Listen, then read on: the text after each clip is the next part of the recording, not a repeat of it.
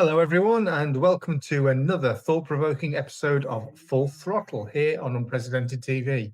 And this is where we dive head-on into the challenges facing British drivers and much more besides that, of course.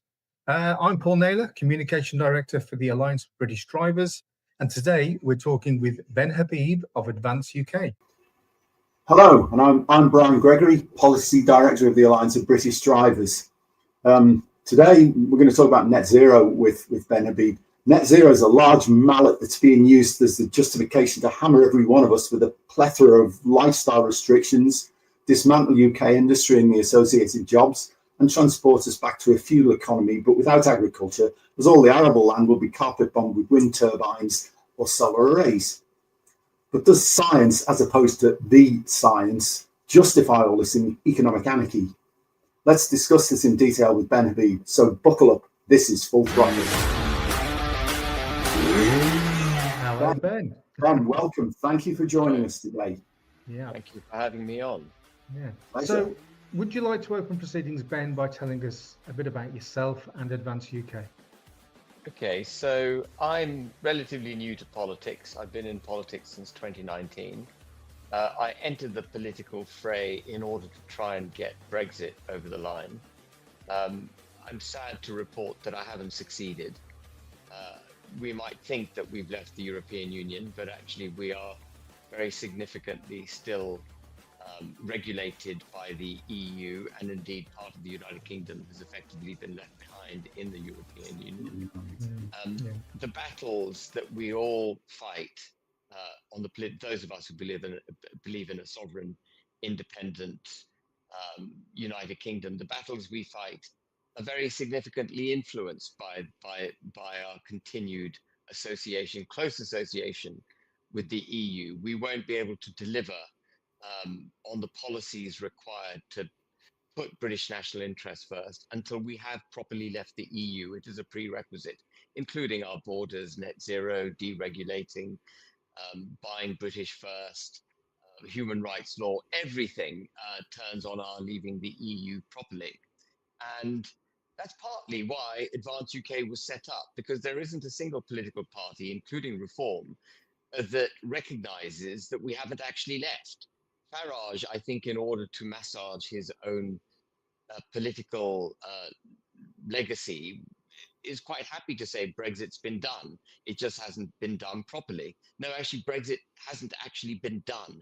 And it's not a matter of doing it properly. If we'd done it, our politicians would be forced to do the right thing, but they can hide under the cloak of these two new treaties that Boris Johnson signed, which basically undermine Brexit. And Advance UK was a political party set up necessarily because Reform doesn't get it.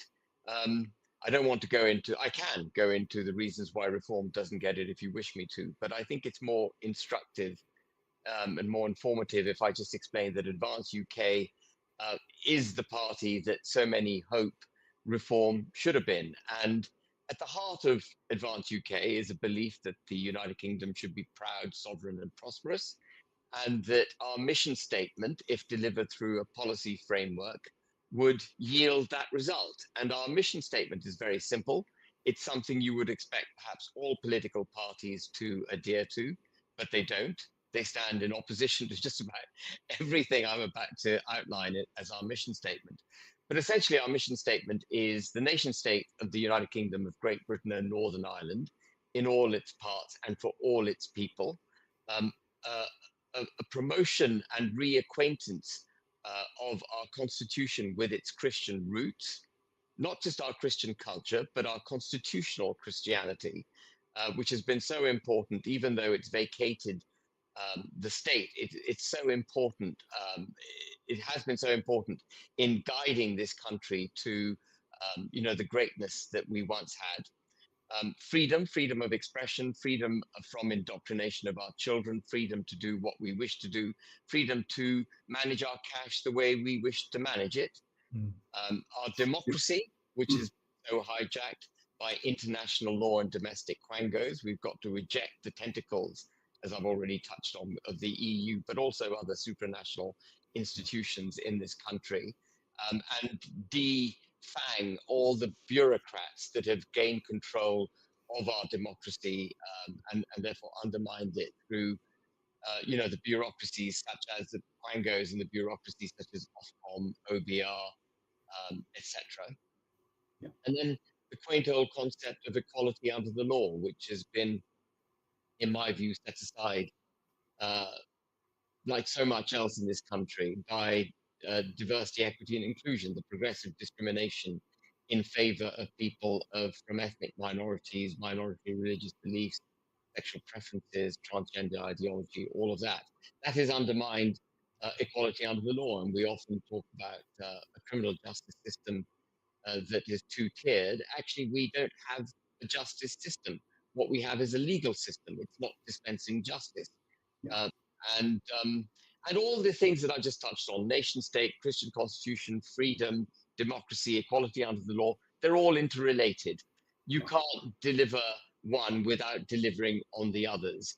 And it is this joined up political philosophy, this joined up political mission statement that is so lacking in every other political party. Reform doesn't have it, the Conservatives don't have it, Labour and of course the Lib Dems are complete lunatics, so they haven't got anything remotely close to it even. And it is through serious principle politics with this mission statement at our heart that we wish to form the policy framework and the policies and indeed the draft legislation before we get into government, so that when we get into government, we can actually just enter the Commons and slap down the draft legislation that the British people would have already approved in the general election that returned us to Parliament, and have no truck with the Lords or the civil service or anyone interfering in our policy agenda. And we drive that through, a bit like Trump, nailed 100 executive orders in his first couple of days in office. We will drive it, and it'll be more powerful in the UK because it'll be a change in legislation. The courts will not be able to challenge us. We're going to drive that through Parliament in the first 24, 48 hours of our taking office. Right, that's a huge agenda, Ben, and it means undoing all of the things that the Blair government put into place. Absolutely. And there will be a huge amount of resistance from the parties, the bodies or Congress, whatever you've already mentioned, to that. But I think it's essential because everything you said chimes with what I believe has gone wrong with this country. Since I was a child in the mid-late 50s, it's gone backwards as far as I'm concerned. So I absolutely agree with all of that. I mean, we went from being a proud sovereign country after World War II, albeit diminished economically and geopolitically by the end of our empire, but one that nevertheless was proud and prosperous and independent. Well, prosperity came back a bit later, but proud and independent. And we engaged with other great nations of the world on the international stage as a country. But over the last sort of 50 years, that has morphed, and you're absolutely right to blame Tony Blair, has morphed into our ceasing to exist as an independent entity.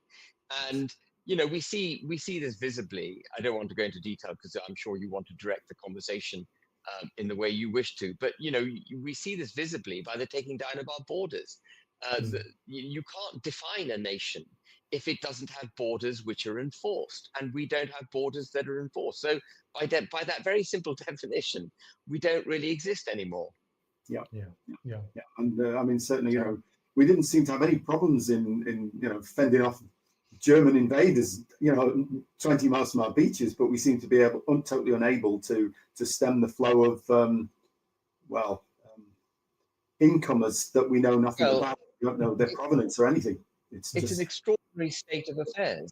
Yeah. From 1805 to 1916, I think, when the Battle of Jutland took place, the Royal Navy was unchallengeable at sea, and Napoleon couldn't even conceive of getting to the United Kingdom because of the Royal Navy. And even during World War II, though we were a diminished state, our Navy was still formidable. And I don't know if you've seen photographs of the coronation of the Queen in 1953, but the Royal Navy was out in force for that day. And photographs of our Navy back in 1953, so immediately post-war when we were economically, quite damaged, the ships and the aircraft carriers, the frigates, the destroyers, they go as far as the eye can see in the photograph. The primary function of government is defence of the realm, above and beyond anything else, before we go for anything else. So and now we couldn't even muster. We talk about having to challenge Russia, and we saber rattle across the globe, and we talk about the need to be a global Britain. But without a military to back it up, I'm afraid you can't be a global Britain. And the whole thing is topsy-turvy. Yes, absolutely, I agree. But let's focus now. I mean, one of the things that is driving the whole political agenda is net zero. And the science, when you scratch below the surface, is, well, it's not even shaky. It's completely wrong. And I've been following this for a long time. So maybe I can show a few slides and we can talk, because I think aside from all of the political stuff that we've got to do, we've got to get rid of this net zero thing, because it's impoverishing the country. It's impoverishing every one of us. It's sending our economy downwards in a spiral, and not helped by the government trying to tax us more, because, as Churchill said, taxing your way into prosperity is like standing in a bucket and trying to pull the bucket up by the handle. It doesn't work. So, let's start. If I can just, this is showing the prime tenet of these climate crazes is that the climate has been stable on Earth for eons, and it's complete rubbish, because we can go back, we can get ice cores, and we can find out what temperatures were in the past. And from vegetation samples that we find even under the ice, we can tell what the temperature was by the plants that were growing and are in effect petrified in the ice. And you can see this goes back from 2,500 BC, BCE, I think it's called now, 2000 before Christ, to 2009 AD. And you can see at the start, 2,400 years ago, it was warm. Then there's a sudden cool down. Then there's another warming, which was the Minoan warming. And that's when the Hebrews left Egypt. Then there was another cold period, like 250 BC, the Grecian Empire. Then the Roman Empire, there's a warm period. And during the warm period, they were cultivating vines in the northeast of England, north of where I live, up into Northumberland. So it was obviously quite a bit warmer than it is now. Then after the Roman Empire, we had the Dark Ages, as it was called, and it was dark and it was cold. And then following that, we had another medieval warm period, about 1300 AD. And then we were plunged into the Little Ice Age, when the Thames regularly froze in the winter and they had ice bears. And then the cycle turned again, and we got the current warm period, but it's a bit flaky in comparison. As you can see, we've had two peaks. And we've returned to the sort of zero position, which is sort of, null difference. So we're about where the calculations what the climate should be, around 285 Kelvin, about 15 Celsius. We're there on average. So there's no question that the climate has varied around, and there was nobody driving SUVs or any of these other things in this period. So the only thing we can be driving is natural variation, because we weren't contributing much carbon dioxide to the atmosphere at the time, other than, from burning wood and stuff like that, was minor sort of contributor.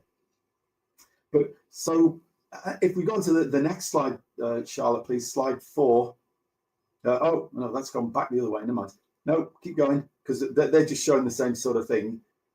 This is the one I like, because that's the chart you've just seen, but it shows you rather than the smooth vision, it shows you the sharp peaks that we've had. And there were quite tight periods over which the temperature rose a lot and fell a lot. And you can see I mentioned Minoan warming, Roman warming, medieval warming, and then there was the Little Ice Age, and you can see where we are. We're here with the big blue arrow. So there's nothing unusual about the temperatures that we are experiencing at the moment.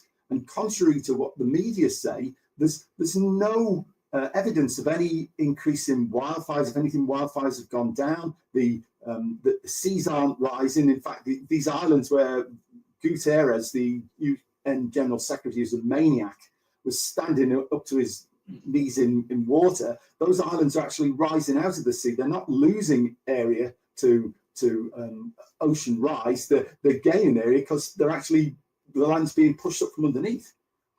So it's complete rubbish. And just, I mean, to hammer it home, Charlotte, if you can show that YouTube video from Stefan Jürgen Pedersen, please. This is I think it was a BBC. This ice is from the Viking Age, around the year 1000, also called the medieval warm period. We believe that in Greenland, the medieval warm period was about 1.5 degrees warmer on average than today. Nordgrip, the Greenland ice core project, is being reopened to drill the last few meters through the ice sheet to the rock beneath the research station. The ice core, over 3 kilometers in length, has been hauled up to the surface piece by piece and contains important data on the history of the climate of the Earth.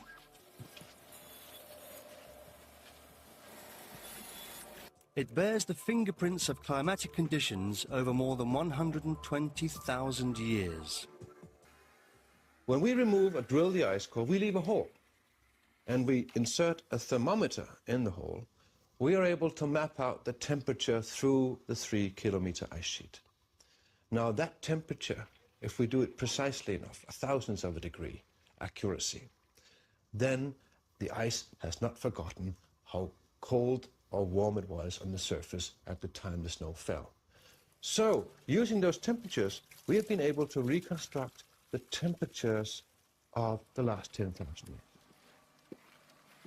Here we have our picture of the temperature reconstructions that we have from Greenland in a graphical form. And if we go back along this axis, it's going back in time. This is the last 8,000 years we have plotted here. On this axis, we have the temperatures at the site in Greenland, and we can see that if we go back from now about 4,000 years ago, we would have temperatures up here for about 4,000 years that were 2.5 degrees warmer on average than today. Now, as we approach our time, we can see that in the period between 4,000 years ago and back to the period 2,000 years ago, which is actually the Roman age, the temperatures have been decreasing in Greenland by 2.5 degrees. Then the temperatures increased gradually up to a maximum point around the medieval warm period, we call it 1,000 years ago.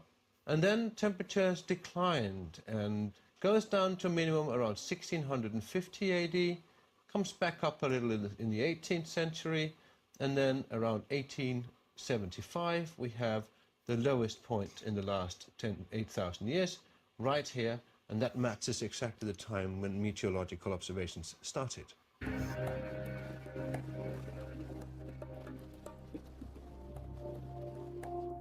I think this is essential viewing Other core for any samples from politician. elsewhere in Greenland confirm that the Little Ice Age ended about 140 years ago, at the coldest point in the last 10,000 years. The natural, pronounced alteration of warm and cold periods back in time has also been confirmed elsewhere in the Northern Hemisphere. Carbon-14 dating of organic matter from peat bogs and tree rings confirms the pattern. So do data from stalactite caves in China and measurements from North Africa. The problem is that and I agree completely that we have had a global temperature increase in the 20th century. Yes, but an increase from what? Probably an increase from the lowest point we've had for the last 10,000 years. And this means that it will be very hard indeed to prove whether the increase of temperature in the 20th century was man-made or it's a natural variation. That will be very hard because we made ourselves an extremely poor experiment. We started to observe meteorology at the coldest spot in the last 10,000 years. I think that pretty much sums it up. It's a great video. Great video. Yeah, it is. So that's for me, the first sort of elephant in the room, the chronology. Then if you actually start looking at the timing of the warmings relative to changes in carbon dioxide concentration, and that's slide 6, please, Charlotte. I'm sold, by the way, on I don't know if you're trying to sell me. I'm sold. trying to do is get people to understand that this idea that we're going to see. No, it's all right. Leave that on. We'll not worry about it. But Yeah. well, I mean, yeah. I'm no expert, but and I wouldn't wish to profess to be an expert. I don't think I even need to make the arguments, because even if man-made climate change was taking place, net zero is clearly not the answer.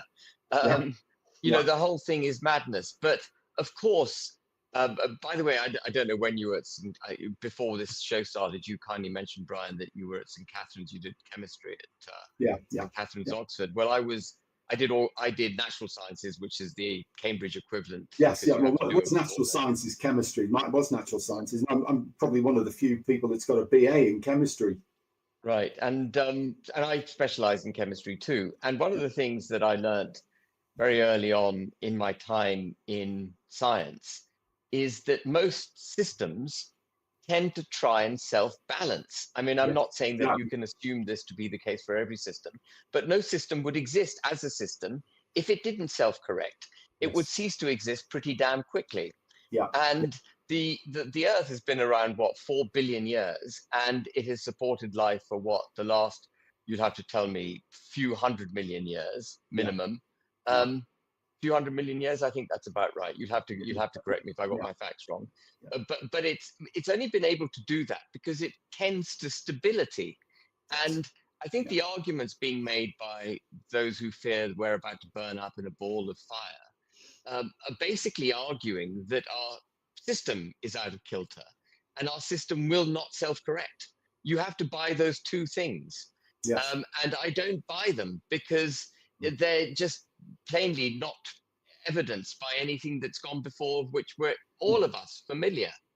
And the other point I'd like to make, which I think, Paul, I don't know whether you're as old as I am. You look perhaps younger than I am. I was born in 1970, so I'm about 5 years younger than you. Good self. Yeah, 5 years younger than me. But you might recall, Brian looks more comparable in age. Yeah, I was born in 54. 54. Okay, so I was born in 65.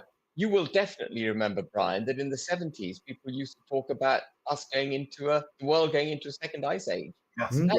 I remember. I remember as a child thinking, oh my God, we have two fears. One, we're going to get blown up by nuclear bombs, because that used to be the fear that was put around for all children. A really brilliant way to pick children up. You know, you're going to get decimated any second. And the other one was that we're going to end up in an ice age. This whole global warming thing is a relatively new fear. And I think the last thing I'd like to say is that science is a very, very peculiar animal. It is prepared to be hijacked by politics. And we've seen many, many periods in the past in scientific evolution, because science hasn't trodden a straight road to where it got to.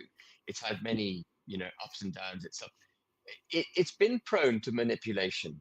And if anyone thinks that the whatever scientific theory they're listening to in order to justify global warming being the catastrophic development that it's being painted to be, if they think that that is absolutely settled and the science has absolutely got it right, well, they just need to go back to Newtonian mechanics and realize, actually, Newton was accepted as being right, and he was fundamentally wrong for hundreds of years. And of course, at one stage when the church was controlling the science, the universe was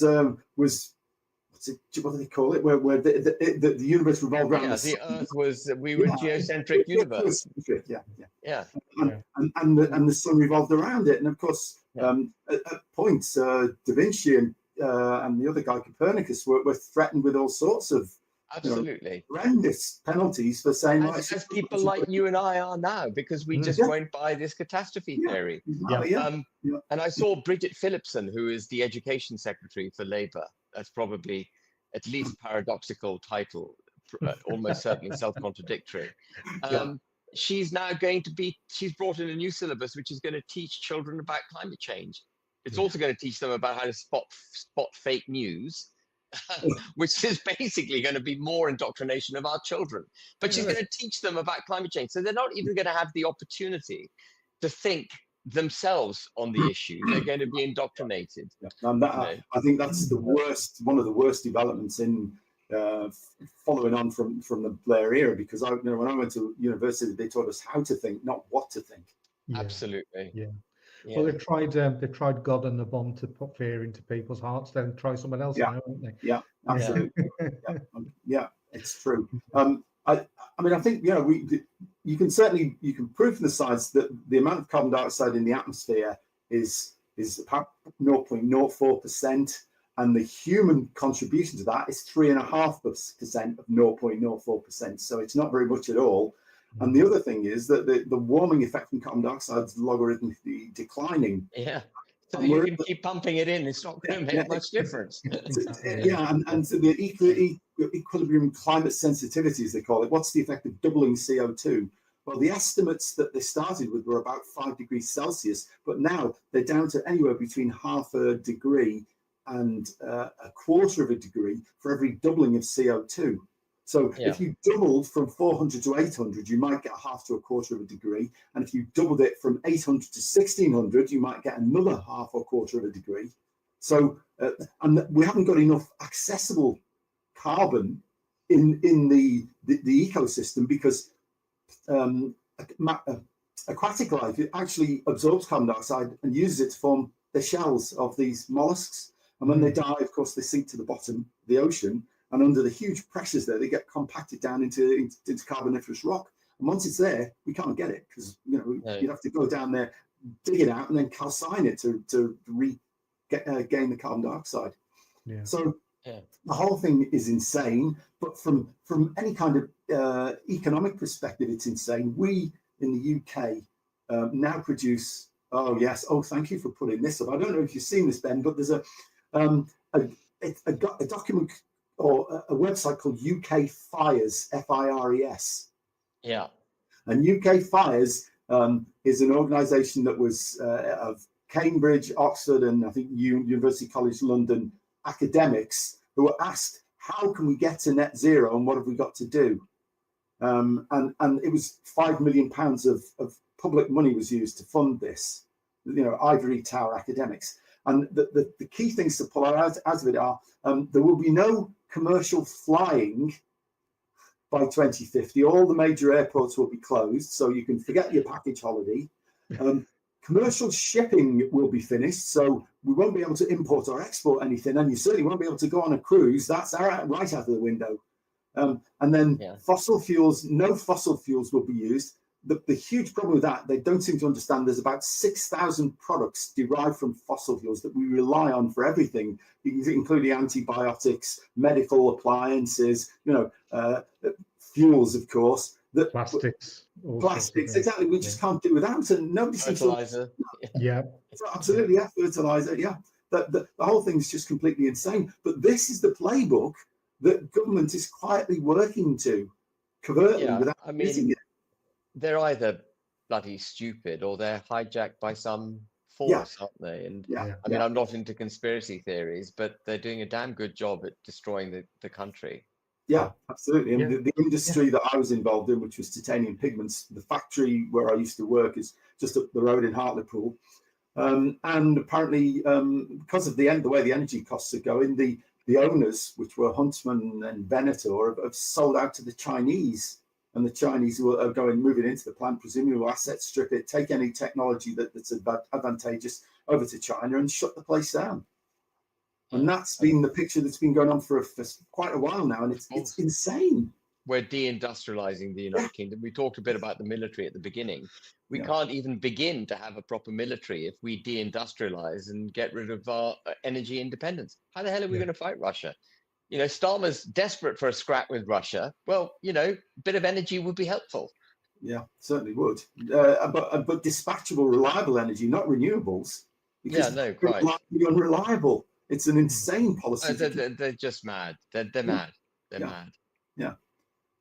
So I mean, and the other thing is the economics of it. You look at the way that, as you say, we've deindustrialized. Our energy consumption per capita now is a lot lower than China's. China's is going up like that. I don't know if you can show that. I mean, they're looking at us and thinking we're complete idiots. Yes. And we've destroyed our economy on the back of importing cheap Chinese cat, destroyed our energy independence and made China powerful in the process. We can't even buy steel. We can't make steel anymore, really. We have to get it from No, abroad. not certainly not precision, high grade steel. No. Seriously vulnerable if it comes to having to make tanks and ships and whatnot. The Chinese just must be looking at us thinking, what is this country doing? Yeah. And they must be laughing all the way to the bank, literally, because I'm sure they've been, we've enriched them. Yeah, all our damage is enriched them. Yeah, and of course they have infiltrated all of our educational establishments. There's loads of Chinese students, graduates, and I suspect a lot of Chinese Communist Party money being funneled indirectly into UK universities. So they've probably been conducting a campaign of sort of. Oh, it's a bit like Starmer the other day saying how brilliantly he'd done doing a free trade deal with India. So he's opened up our markets to India. We're much richer than India, but we have very highly regulated markets, very expensive energy, very constrained employment law, which makes it much more expensive for us to employ people here. They have no real employment law in India. They're buying Russian gas in breach of sanctions at below the market price. And they are going to manufacture goods, have open access to British markets, and stuff us full of cheap Indian goods, undermining our producers, undermining our labor, pulling out the rug from our economy. I mean, you literally couldn't make this up. And all the Financial Times and the press are going, oh great, we've got a free trade deal with India. I'm looking at it thinking, oh my God, that is not what we need. What we need to do is to make this country capable of trade on the international stage by ditching net zero, ditching these regulations, freeing up employment for employers, which, by the way, increases employment rather than decreasing it. The more restrictions you put on employers, the less employment you get.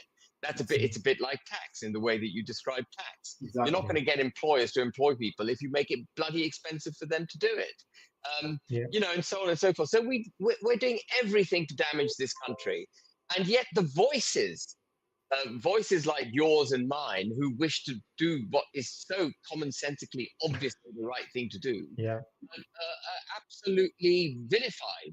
They are compared to swivel-eyed lunatics because they can't make the arguments to defeat us, so they have to rubbish us in order to do it, which is why we also have a clampdown on freedom of speech, because if you're going to purport and promote extreme ideologies, you've got to shut the people up because they might speak out.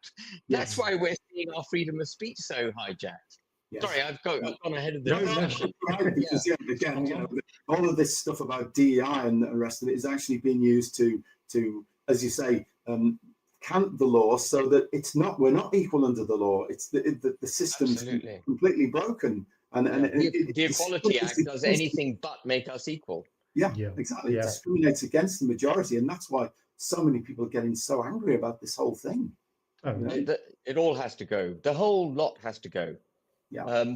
But I don't know if you're aware. I know you'd be perfectly aware that Theresa May put the obligation to get to net zero by 2050 on the statute books when she had already been ousted as prime minister. It was her parting gift to the British people. But then Boris Johnson, the deal that he's done with the European Union, the Trade and Cooperation Agreement, includes a provision in it which prohibits us from regressing from any domestic statute on our statute books in terms of the environment, even ones which have a future effect. So under international treaty now, we will not be able to remove from our statute books Theresa May's gift to the British people of net zero by 2050. We have to terminate our arrangement with the European Union. And that's why I kind of started this discussion with the EU, because the EU has got us in a vice. Yes. We can't move. And people like Farage, because he's so keen to be able to say, I'm Mr. Brexit, I got Brexit done, isn't prepared to call out the very document which defeats his raison d'etre for the last 25 years.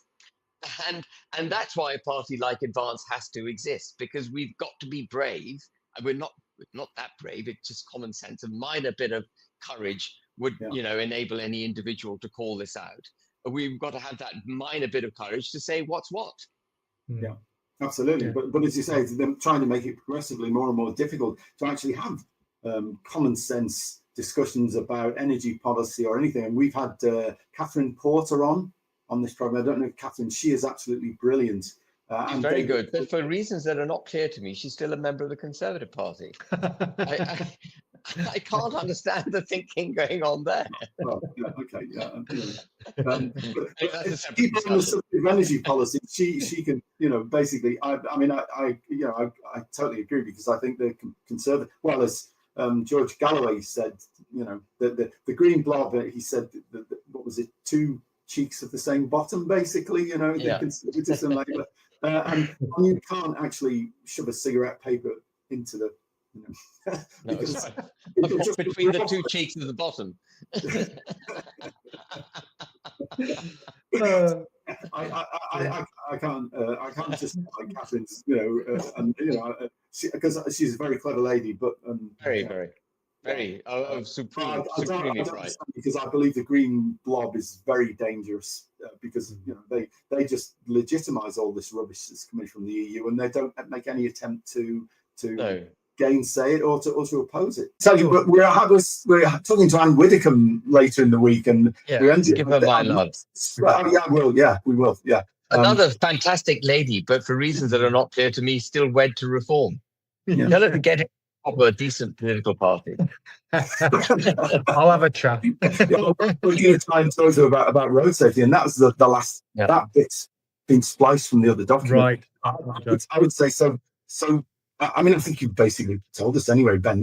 You would repeal net zero. You would take a chainsaw to the legal system as it stands. Bonfire of regulations and law. The one that Cameron promised us, the bonfire of the Quangos, that never actually. He actually extended their powers. But we are literally going to have it. We're going to have all the draft legislation ready. So that when we go into Parliament, it's already been approved by the British people. That's very powerful.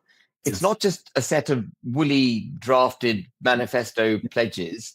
Yeah. It'll actually be legislation that the British people would have voted on, because it'll be in our manifesto. And so the Lords can't stop us. The civil service won't be able to. We'll also have laws, by the way, which is going to pull the rug out from under the civil service at day one. So we're going to be like a sledgehammer, and the British people are crying out for it. The next British government is not going to be anything from the so-called left, the globalists, anti-British lot. The next British government is going to be a pro-British government. All that remains to be determined is the complexion and the extent to which it will be pro-British.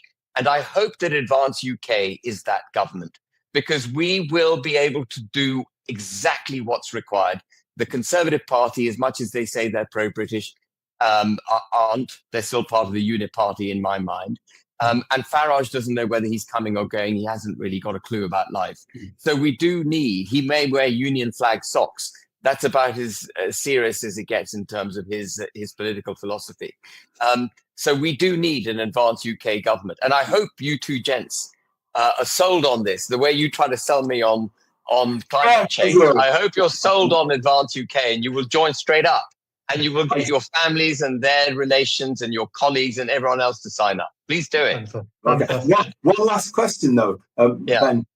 One of the problems that I see with any of the parties now is they have a manifesto, which at times is quite woolly and ill-defined, but once they get into government, they just chuck it away.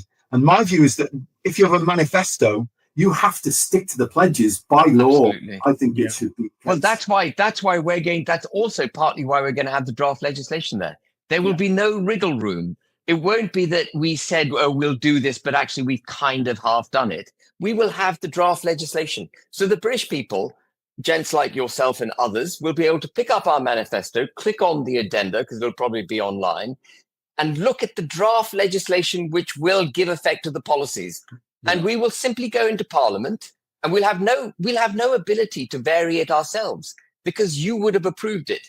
So we go into Parliament and we just put it down and say, listen, gents, really, we can do 5 years worth of business on day one because the British people have approved this. No redrafting required. We don't need the Lords to tinker with it. We don't need lots of amendments. It's already been approved by the court of the British people.